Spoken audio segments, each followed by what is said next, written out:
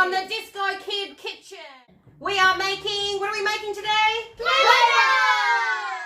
We need 1.5 cups of flour. Normally we would use plain flour, but because we're in isolation and we're being creative, we're going to use the wholemeal flour that we found that went off 3 years ago. We need to go up to 1.5 cups. Can you see a number 1? Pop that in the bowl. Great. You chip it in. So we've got flour and in goes salt. Why do you think we put so much salt in Play-Doh? Oh, have you ever eaten Play-Doh? It's salty. Yeah.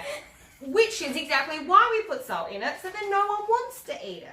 Why this recipe is a good recipe and it doesn't go off because it's full of salt, which is a preservative.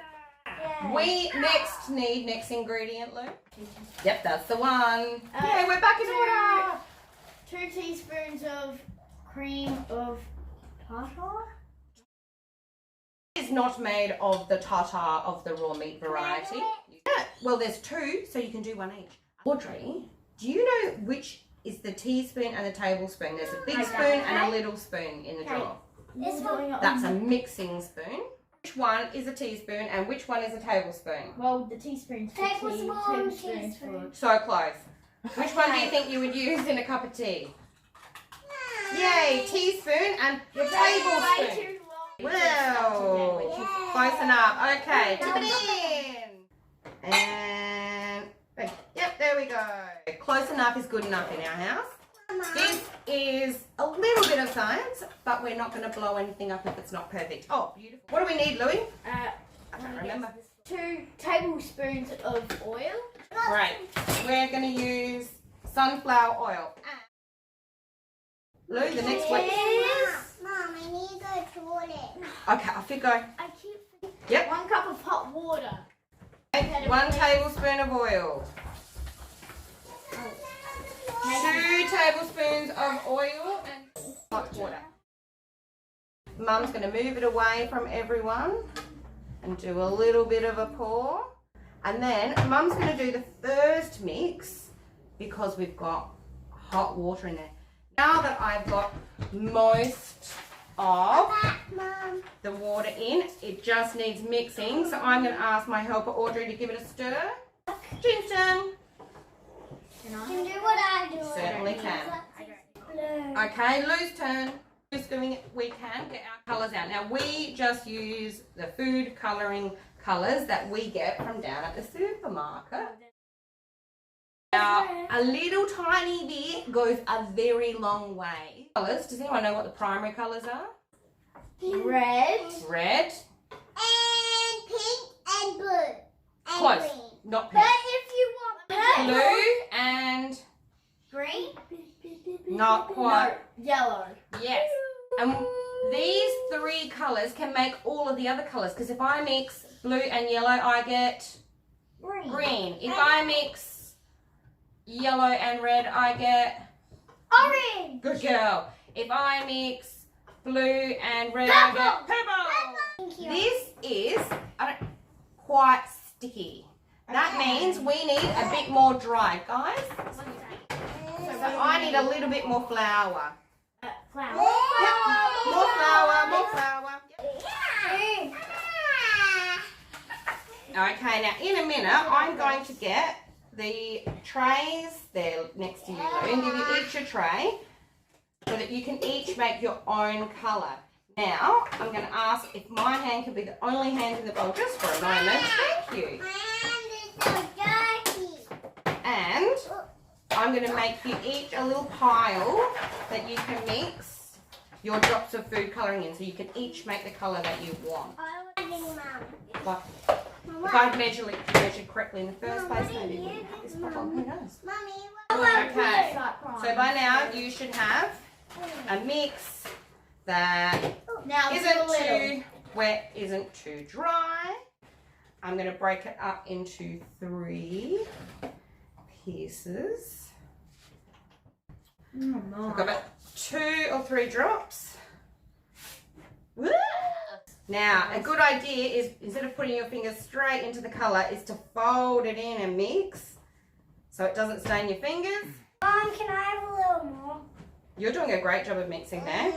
So the more we mix it, so really is, squish it in, the more colour gets into it. Squish, squish, squish, squish, squish.